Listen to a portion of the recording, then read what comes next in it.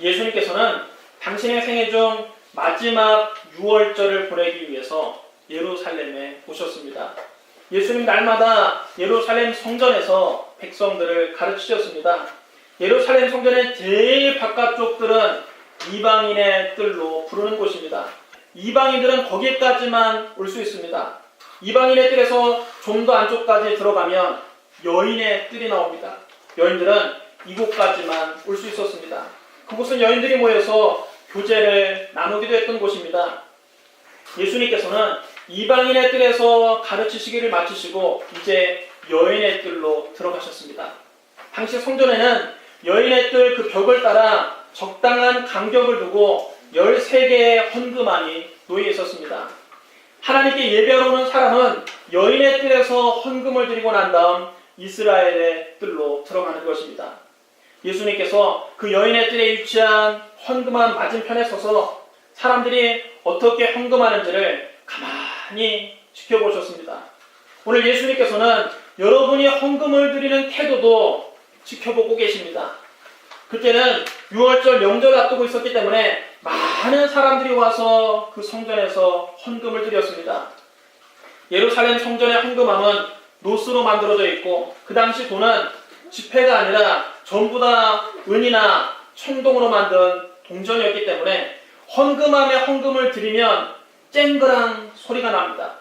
그 소리를 듣고 사람들이 이 사람이 과연 헌금을 많이 했는지 적게 했는지 대략 짐작할 수 있었습니다.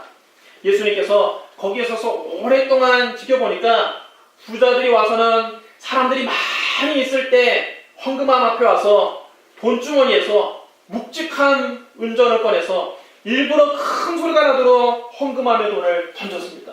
그러면 정그랑 묵직한 소리가 났습니다.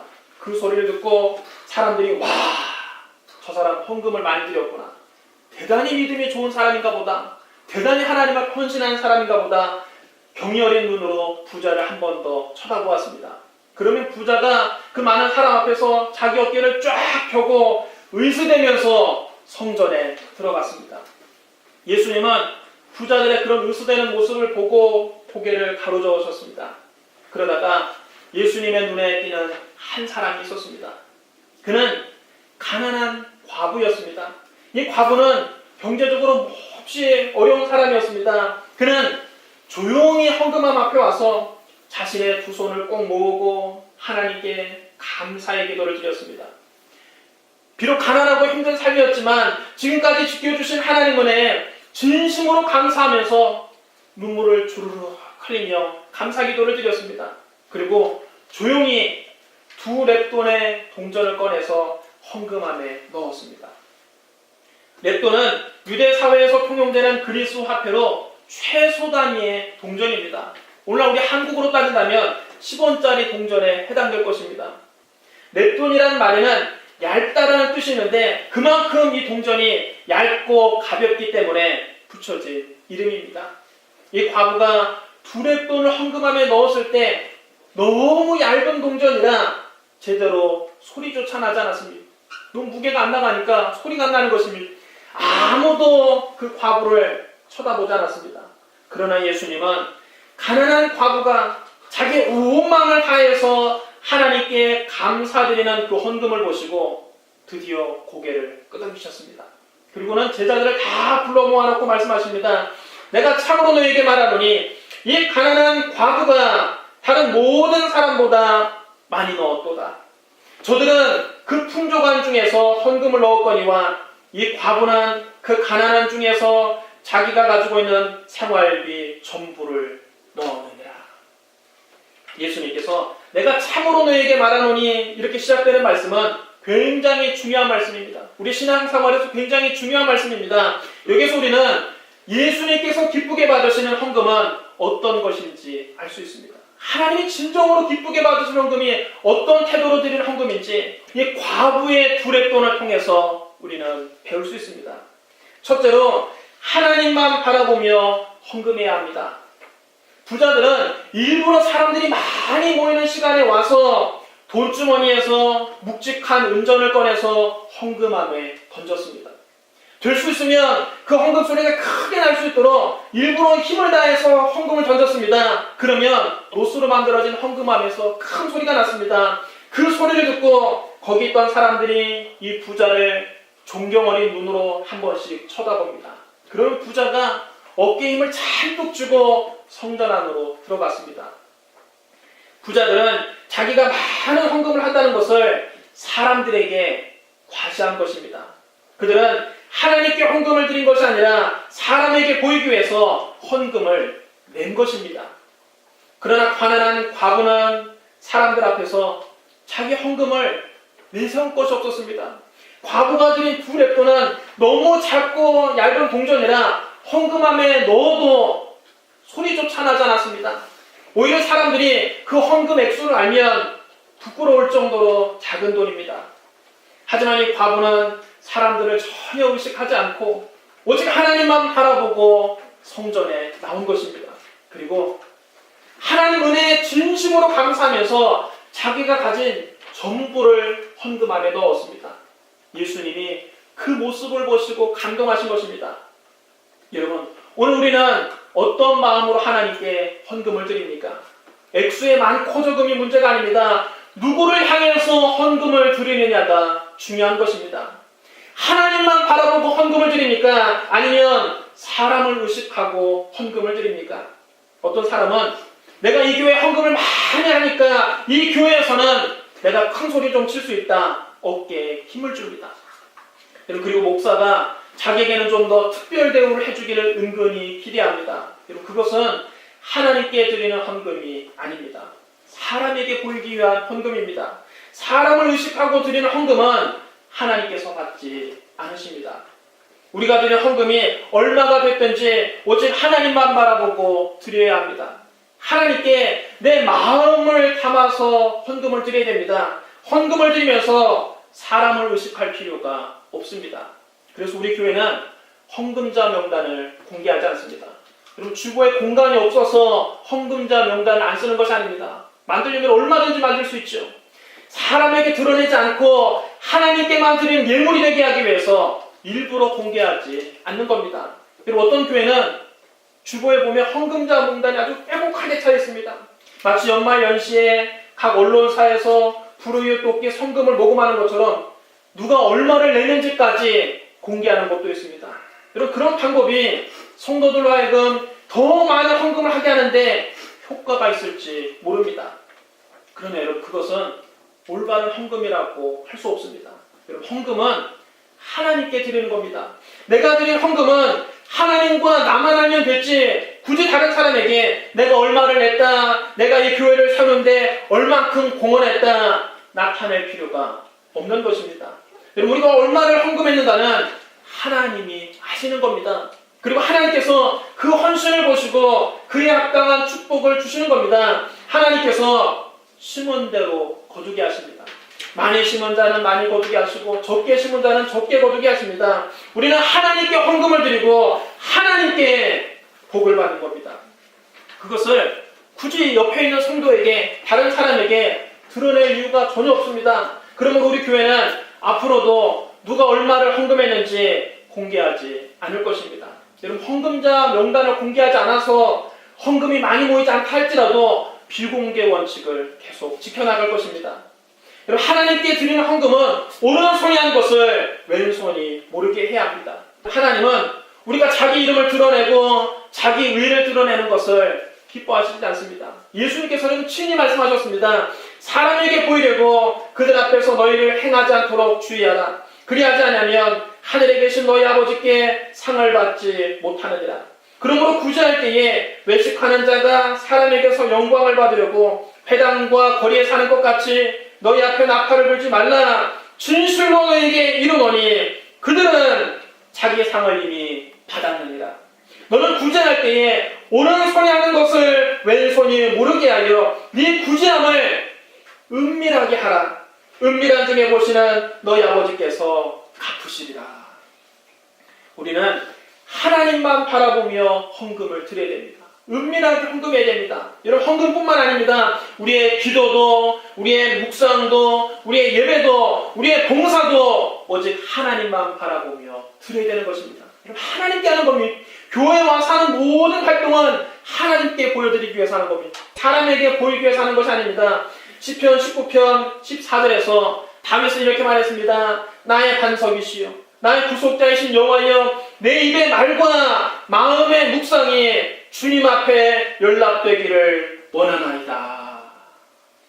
내 입의 기도와 내가 말씀을 묵상하는 것이 사람들 앞에 보이기를 원하나이다. 그렇게 말하지 않고 내 입의 말과 마음의 묵상이 주님 앞에 연락되기를 원하나이다. 오늘 우리가 드리는 예배가 주님 앞에 연락되어야지 사람의 표 여러분 잘 보면 무슨 소용이 있습니까? 우리 이런 마음으로 기도도 하고 예배도 드리고 헌금도 드려야 합니다. 여러분, 아무도 나를 알아주지 않아도 괜찮습니다. 주님만 알아주시면 족한 것입니다. 미가 7장 7절에서 오직 나는 여호와를 우러러보며 나를 구원하신 하나님을 바라보나니 나의 하나님이 나에게 귀를 기울이시는도다. 그렇게 말했습니다. 여러분, 사람에게 보이려고 헌금하지 말고 오직 하나님만 우러러보고 헌금하십시오. 사람을 의식하고 예배를 드리지 말고 나를 구원하시는 하나님만 바라보고 감사와 찬양을 드리게 되시기를 주님의 이름으로 축복합니다. 둘째로, 희생이 따르는 헌금을 드려야 합니다. 부자들은 묵직한 돈주머니에서 일부를 꺼내어 헌금 안에 드렸습니다. 그들은 다 풍족한 가운데 헌금을 했습니다. 그들이 헌금을 드렸다고 해서 그들 생활에 어떤 지장이 있는 것도 아닙니다. 그들은 큰 부담을 느끼지 않은 한도 내에서 헌금을 했습니다. 반면에 가난한 과부는 비록 두렙돈에 불과한 돈을 하나님 앞에 드렸지만 그 두렙돈은 그의 생활비 전부였습니다. 그 돈이 없으면 당장 저녁에 끼니를 굶어야 합니다. 그 돈을 하나님께 드리고 나면 자기 생활에 심각한 타격을 받습니다. 이 과부에게는 두렙돈도 큰 돈이었습니다. 하지만 하나님 은혜에 감사해서 자기가 한 끼 굶기를 각오하고 자기 생활비 전부를 헌금 안에 넣은 것입니다. 과부는 자기를 희생해 가며 하나님 앞에 헌금했습니다. 주님께서는 희생이 따르는 이 과부의 헌신을 기쁘게 받으신 겁니다. 여러분, 오늘 많은 성도들이 헌금은 자기 형편에 맞게 드리는 것이라고 생각을 합니다. 자기 생활에 부담을 느끼지 않는 한도 내에서 드리는 것이 적당한 헌금이라고 생각합니다. 여러분, 인간적으로 볼 때는 그게 여러분 합리적이죠. 내 생활에 부담을 느끼지 않는 한도 내에서, 내 생활에 전혀 지장이 없는 한도 내에서 계획을 세워 헌금하는 것이 참으로 좋은 헌금 같은데 그렇지가 않습니다. 그리고 진정한 헌금은 희생이 따르는 헌금입니다. 희생이 있어야 됩니다. 오늘날 우리는 헌금을 드리며 하나님 앞에 예배를 드리지만 구약시대의 성도들은 짐승을 잡아서 하나님 앞에 제사를 드렸습니다. 구약의 제사가 오늘날의 예배입니다. 제사를 드리기 위해서 데리고 오는 짐승을 제물이라고 불렀습니다. 이 제물을 영어 성경에는 sacrifice 이렇게 말합니다. sacrifice라는 말은 희생이라는 말과 같은 말입니다. 즉 제물은 희생하는 것입니다. 하나님께 드리는 제물은 희생이 뒤따라야 됩니다. 피 흘리는 희생 제물 없이 하나님 앞에서 그 제사를 받지 않으십니다. 여러분, 오늘 우리도 마찬가지입니다. 희생이 없는 헌금은 온전한 헌금이 아닙니다. 전혀 부담이 느껴지지 않는 헌금은 온전한 제물이 될 수 없습니다. 내 생활에 전혀 지장을 주지 않는 범위 내에서만 드리는 헌금은 하나님께서 받으시는 헌금이 아닙니다. 하나님께 드리는 헌금에는 내 생활에 희생이 뒤따라야 됩니다. 수혈이 뒤따라야 됩니다. 이 돈을 헌금하지 않으면 우리 아이 학원 하나 더 보낼 수 있을 텐데, 더 좋은 학원 보낼 수 있을 텐데, 이 돈을 헌금하지 않으면 우리 가족이 근사한 레스토랑에 가서 외식 한 번 더 할 수 있을 텐데, 이 돈을 하나님 앞에 헌금하지 않으면 우리가 더 넓은 집으로 이사할 수 있을 텐데, 이런 희생을 감수하고 드린 헌금이 진정한 헌금입니다. 여러분, 그러므로 헌금에는 내 눈물이 뒤따릅니다. 내 땀이 뒤따릅니다. 내 피가 들어가 있는 것입니다. 다윗은 하나님 앞에 제사를 드릴 때 단 한 번도 자기의 희생이 없는 제사를 드린 적이 없습니다. 다윗이 노년에 인구조사를 하다가 하나님께 벌을 받은 적이 있습니다. 왕이 인구조사를 한다는 것은 무슨 뜻입니까? 전쟁이 났을 때 하나님을 의지하기보다는 사람 머릿수를 의지하겠다는 것입니다. 군사력을 의지하겠다는 뜻입니다. 그렇게 하나님을 의지하지 않고 사람을 의지하려고 하다가 그만 하나님께 벌을 받아서 이스라엘의 전염병이 돌아 7만 명이나 죽게 됐습니다. 다윗은 그것을 하나님 앞에 회개했습니다. 그리고 하나님께 회개하기 위해서 제사할 장소를 찾던 중에 아라우나의 타작마당을 지나게 되었습니다. 그곳은 높은 언덕 위에 있었습니다. 그 언덕에 올라가면 예루살렘이 한눈에 내려다 보입니다. 다윗이 이 전망 좋은 타작마당에 와보니 하나님께 제사드리기에 너무 좋은 장소니 땅을 맞은 장소니 다윗이 곳에서 하나님께 제사를 드리겠다고 하니까 그 땅의 주인 아라우나는 이 타작마당뿐만 아니라 번제에 쓰일 소도 자기가 부담하겠다고 하고 뗄나무까지 왕에게 거저 드리겠다고 했습니다.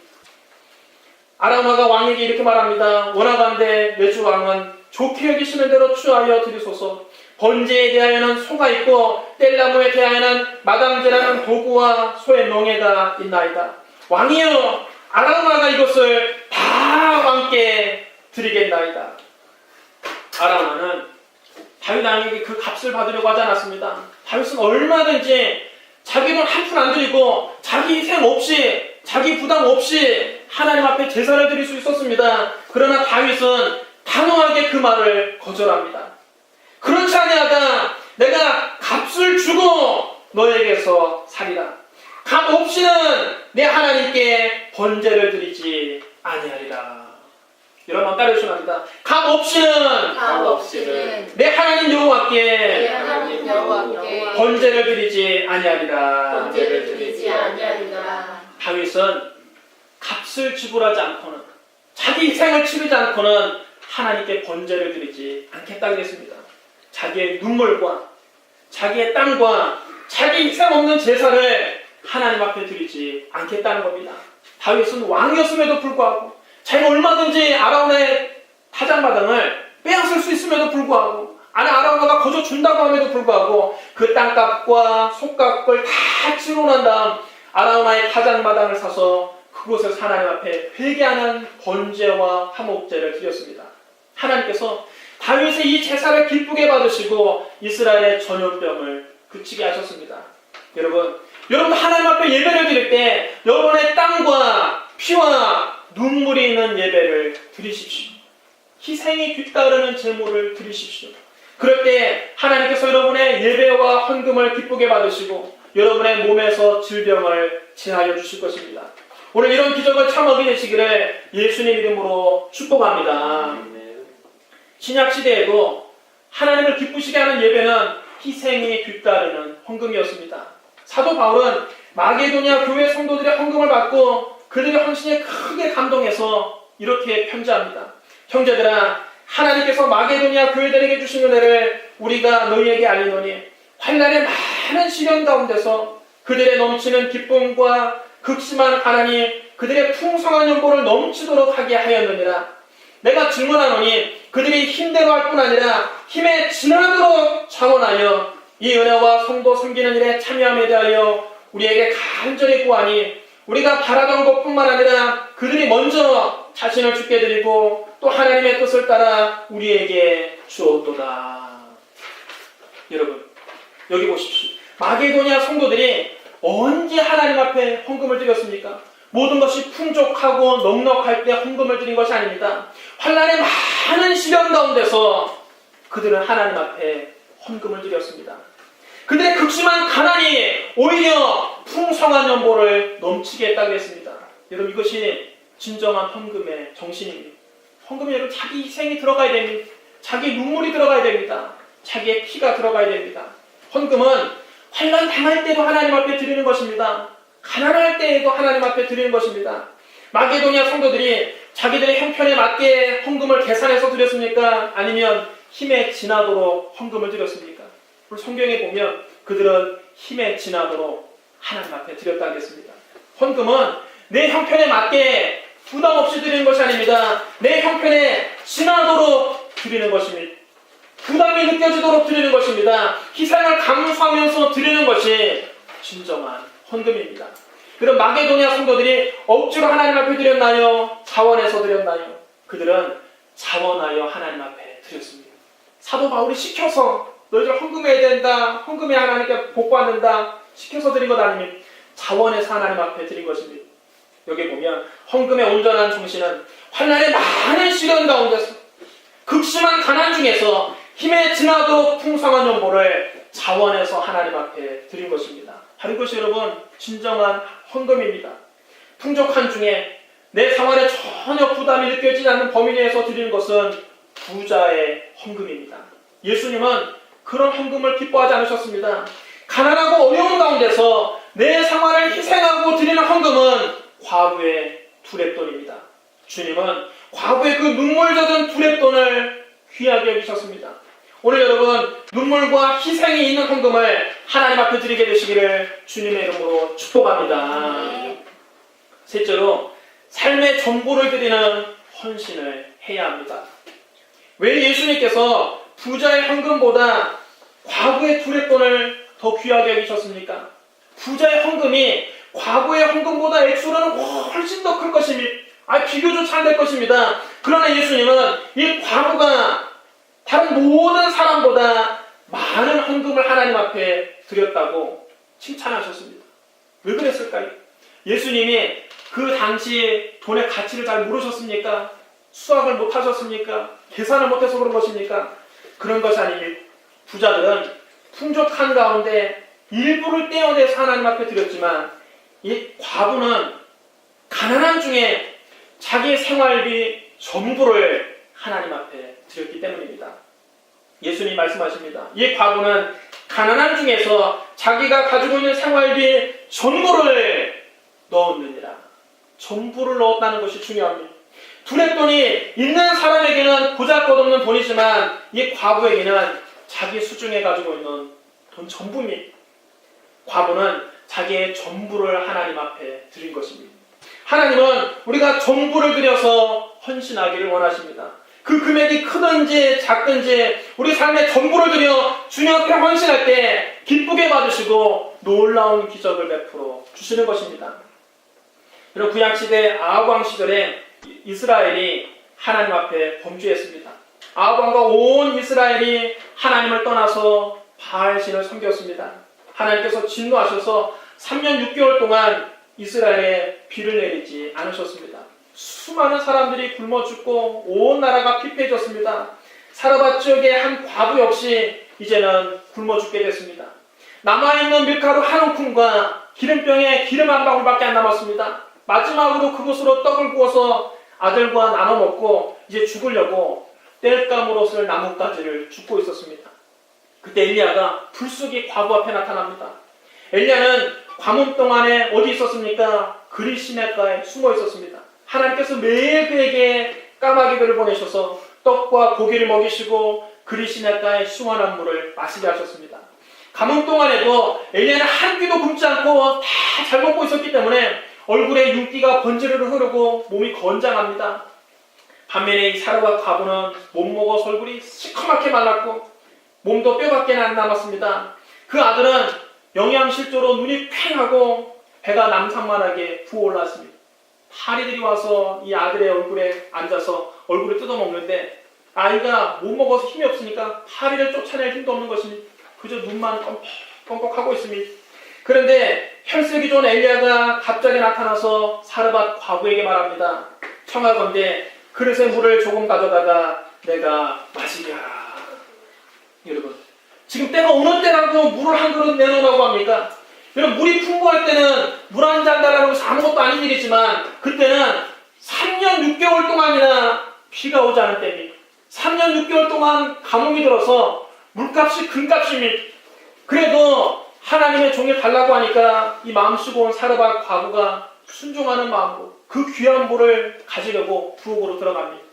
그런데 부엌에 들어가는 그 사르밧 과부에게 엘리야가 이제 한술 더 떠서 더 기가 막힌 부탁을 합니다. 청하건대 네 손에 떡 한 조각을 내게 가지고 오라. 여러분, 벼룩의 간을 빼먹어도 유분수지 해도 너무합니다. 이 가뭄에 이 찢어지게 가난한 집에 와서 물 한 그릇으로 부족해서 떡까지 구우라고 하니까 이 사르밧 과부와 아들에게는 너무나 가혹한 요금이 이 과부가 부엌에 들어가다 말고 뒤를 돌아서서 엘리야 얼굴을 다시 한번 쳐다보았습니다. 엘리야를 위아래로 훑어보니까 엘리야가 그동안 잘 먹어서 얼굴에 윤기가 좔좔 흐르고 아주 풍채가 건장합니다. 근데 그렇게 풍채가 건장한 엘리야가 못 먹어서 피골이 상접한 과부와 이 아들이 마지막으로 구워 먹고 죽으려고 하는 그 떡 한 조각을 내놓으라는 것입니다. 정말 요즘 말로 어이가 없지요. 여러분, 사르밧 과부는 엘리야에게 자기의 형편과 사정을 솔직하게 얘기했습니다. 당신 하나님 여호와께서 살아계심을 두고 맹세합니다. 나는 떡이 없고 다만 통에 가루 한 움큼과 병에 기름 한 방울 뿐입니다. 내가 나뭇가지를 조금 주워다가 내 아들과 나를 위해서 떡 한 족을 구워 나눠 먹고 이후에는 죽으려던 참이었습니다. 그런데 지금 그 떡을 내놓으라고 하십니까? 그러나 엘리야는 사르밧 과부에게 말합니다. 두려워하지 말고 가서 네 말대로 하려니와 먼저 그것으로 나를 위하여 작은 떡 하나를 만들어 내게로 가져오고 그 후에 너와 네 아들을 위하여 만들라. 이스라엘의 하나님 여호와의 말씀이 나 여호와가 비를 지면에 내리는 날까지 그 통에 가루가 떨어지지 아니하고 그 병에 기름이 없어지지 아니하리라 하셨느니라. 이 과부가 엘리야의 말을 듣니까 고민이 됩니다. 이 떡을 부어서 정말 마지막으로 남은 이 떡을 아들과 나눠 먹고 죽어야 될 것인가, 아니면 선지자의 말을 한번 믿어볼 것인가. 그러다가 결국 하나님께 믿음의 씨앗을 심기로 결단했습니다. 그래서 그 한 움큼 남은 밀가루를 반죽을 한 다음 프라이팬에 기름 한 방울을 뿌리고 난 다음 그것을 굽기 시작했습니다. 기름에 떡이 지글지글 굽자 향긋한 냄새가 온 집안에 진동을 합니다. 여러분, 배고플 때는 기름에 전 부친 냄새가 여러분 얼마나 고소하게 납니까? 제가 예전에 젊었을 때 한번 저 세종문화회관 옆을 지나가다 보니까 거기 아주 유명한 전집이 하나 있더라고요. 비가 그날 내리는 날이었는데 그 앞을 지나가는데 배가 고프니까 그 전 부치는 냄새가 얼마나 향긋하게 나는지 정말 그 안에 들어가고 싶더라고요. 배가 고플 땐 여러분 기름에 떡 굽는 냄새가 아주 너무 고소하게 나는데 그 냄새를 맡고 난 다음 자기 그 어린 아들이 힘도 없어서 파리도 못 잡는 그 아들이 엄마에게 달려와서는 엄마 치맛자락을 붙잡고 고치기 시작합니다. 엄마 나 배가 고파요. 엄마 나 배가 고파요. 빨리 좀 떡 좀 주세요. 그 모습을 보니까 이 과부가 마음이 찢어지려고 합니다. 떡을 구우면서도 이것을 선지자에게 드려야 될지 내 아들을 먹여야 될지 어느 엄마가 고민 안 하겠습니까? 그러나 고민 끝에 하나님께 심기로 결정을 하고 엘리야에게 그 떡을 가지고 왔습니다.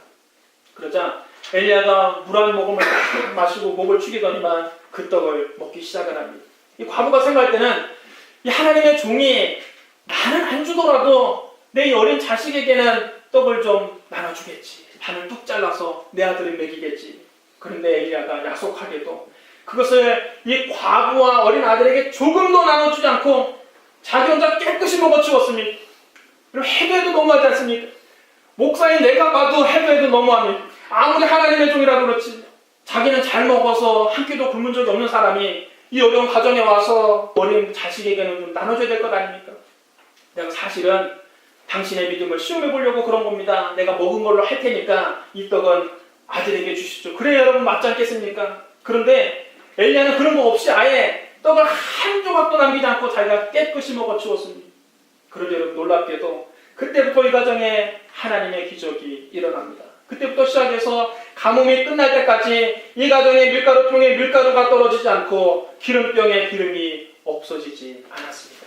사르밧 과부가 지극히 궁핍한 가운데 마지막 남은 밀가루와 기름으로 떡을 구워서 하나님의 종에게 드렸습니다. 자기의 전부를 하나님께 드린 것입니다. 그 떡이 여러분 커서가 아닙니다. 그 떡이 여러분 비싼 것이라서 복이 임한 것이 아닙니다. 자기의 전부를 하나님 앞에 드린 것입니다. 하나님께서 사르밧 과부의 그 헌신을 보시고 가뭄이 끝날 때까지 밀가루통에 밀가루가 떨어지지 않고 기름병에 기름이 없어지지 않는 기적을 베풀어 주신 것입니다. 여러분 경제적으로 극심한 어려움 당한 분이 있습니까? 여러분 가운데 경제적인 문제 때문에 빚 때문에 쪼들리는 분이 있습니까? 수중에 돈이 다 떨어져서 이제 정말 한 움큼밖에 안 남은 분이 있습니까? 그럴 때일수록 먼저 하나님 앞에 심어야 합니다. 우리가 지극히 궁핍한 가운데 우리의 전부를 하나님 앞에 드리면 하나님의 그 믿음과 헌신을 보시고 여러분의 쌀통에 쌀이 떨어지지 않고 통장에 잔고가 없어지지 않는 기적을 베풀어 주시는 것입니다. 오늘 사르밧 과부에게 일어난 놀라운 기적이 여러분 가정에 일어나게 되시기를 주님의 이름으로 축원합니다. 우리는 우리의 전부를 하나님 앞에 드려야 됩니다. 전부를 드리는 그 믿음, 그것을 주님이 귀하게 보십니다. 비단 물질만 얘기하는 것이 아닙니다. 우리가 가진 전부가 하나님의 것입니다. 우리의 시간도 하나님의 것입니다. 우리의 건강도 하나님의 것입니다. 우리의 재능도 하나님의 것입니다. 우리의 꿈도 하나님의 것입니다. 우리의 생명도 하나님의 것입니다. 우리의 삶 전체가 하나님의 것입니다. 우리의 삶 전체가 하나님 앞에 온전히 드려지는 산재물이 되어야 합니다. 왜 우리가 하나님께 우리의 삶 전체를 드려야 됩니까? 그것은 하나님께서 당신의 전부를 아끼지 않고 우리에게 주셨기 때문입니다. 하나님이 세상을 이처럼 사랑하사 독생자를 주셨으니 이는 그를 믿는 자마다 멸망하지 않고 영생을 얻게 하려 하심이니라. 하나님께서 우리를 사랑하셔서 그 독생자를 내주셨습니다. 하나님의 전부를 우리에게 주신 겁니다. 하나밖에 없는 아들을 준다는 건 하나님 우리에게 전부를 준 건 아닙니까? 자기 아들 아끼지 않으시고 우리 모든 사람을 위해서 내주시니까 어찌 그 아들과 함께 모든 것을 우리에게 주시지 않겠습니까? 예수님은 우리를 사랑하셔서 저 높고 높은 하늘 보좌를 버리시고 낮고 천한 이 땅에 인간의 몸을 입고 오셨습니다. 그리고 우리 죄를 배속하기 위해서 자원하여 십자가에 매달리셨습니다. 예수님은 십자가에서 마지막 남은 피 한 방울까지 아낌없이 우리에게 다 쏟아주셨습니다. 예수님은 당신의 전부를 우리에게 내주신 것입니다. 주님 우리를 위해서 당신의 목숨도 아끼지 않고 내주셨는데 우리는 그 주님께 무엇을 아끼겠습니까? 우리도 우리 주님께 우리의 시간, 우리의 물질, 우리의 재능, 우리의 건강, 우리의 꿈, 우리의 삶 전체를 산재물로 드려야 됩니다. 사랑하는 성도 여러분, 하나님만 바라보며 헌금하십시오. 사람에게 보이기 위한 예물을 드리지 마십시오. 희생이 뒤따르는 헌금을 하십시오. 아무런 부담 없는 예물을 하나님 앞에 드리지 마십시오. 일부가 아닌 전부를 하나님 앞에 드리십시오. 여러분 삶 전체를 주님께 산재물로 드리시기를 주님의 이름으로 축원합니다. 기도하겠습니다.